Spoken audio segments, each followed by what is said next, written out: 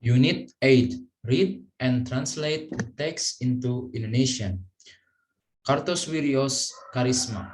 Weber, 1967, IT, argued that the charismatic leader has emerged in the two figures of the magician and the prophet on the one hand, and in the elected warlord, the gang leader on the other.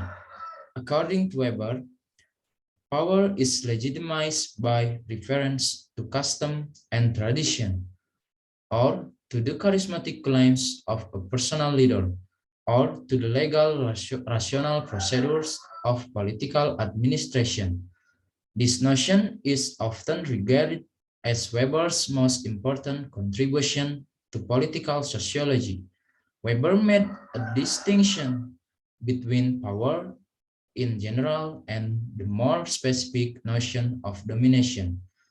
There are two sources of domination. The first arises from monopolistic control of economic resources in the marketplace. Economic domination does not require normative compliance and gives rise to what Marx referred to as the dual compulsion of economic arrangements. The second source of domination arises from the monopolistic control over administrative office, and in Weber's view, this ownership of the means of administration requires legitimating and compliance. Unlike power as such, administrative domination depends on obedience to commands.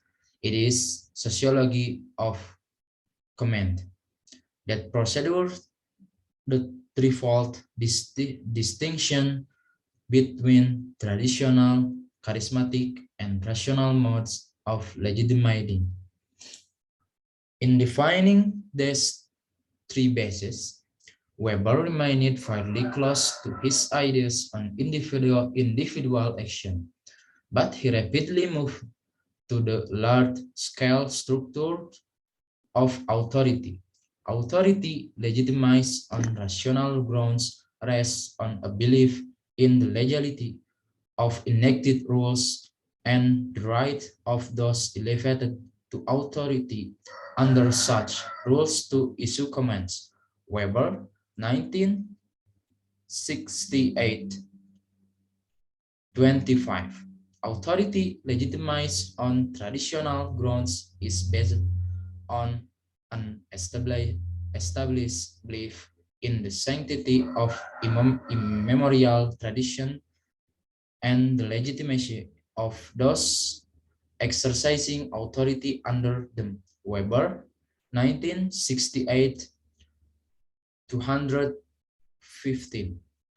And finally, authority legitimized by charisma rests on the devotion of followers to the exceptional sanctity, heroism, or exemplary character of leaders, as well as on the normative order sanctioned by them.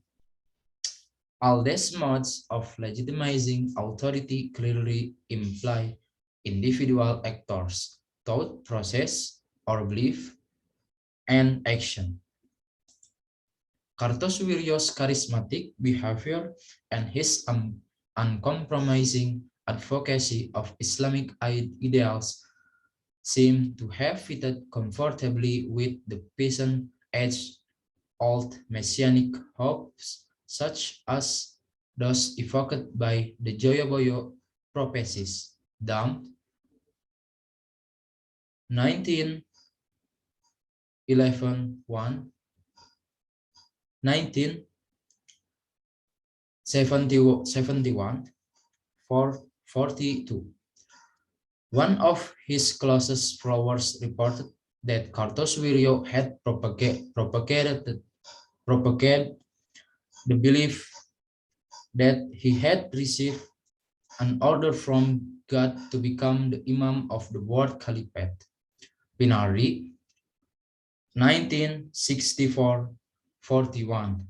Indeed, from the time of the establishment of the Sufah until execution.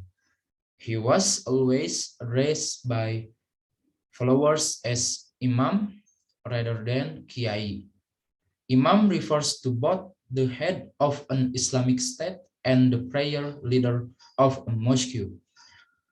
By contrast, Kiai and Ulama refer to religious preachers and teachers. See Pinari 1964-41.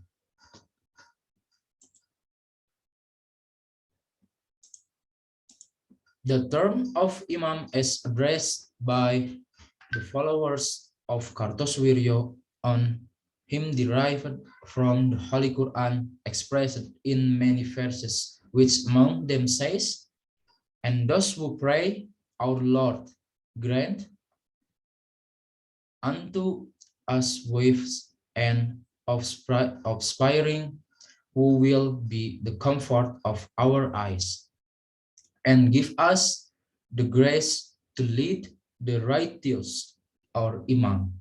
Al-Furqan 25-74. Source Tajul Arifin, The Islamic Movement in West Java, 1948-62.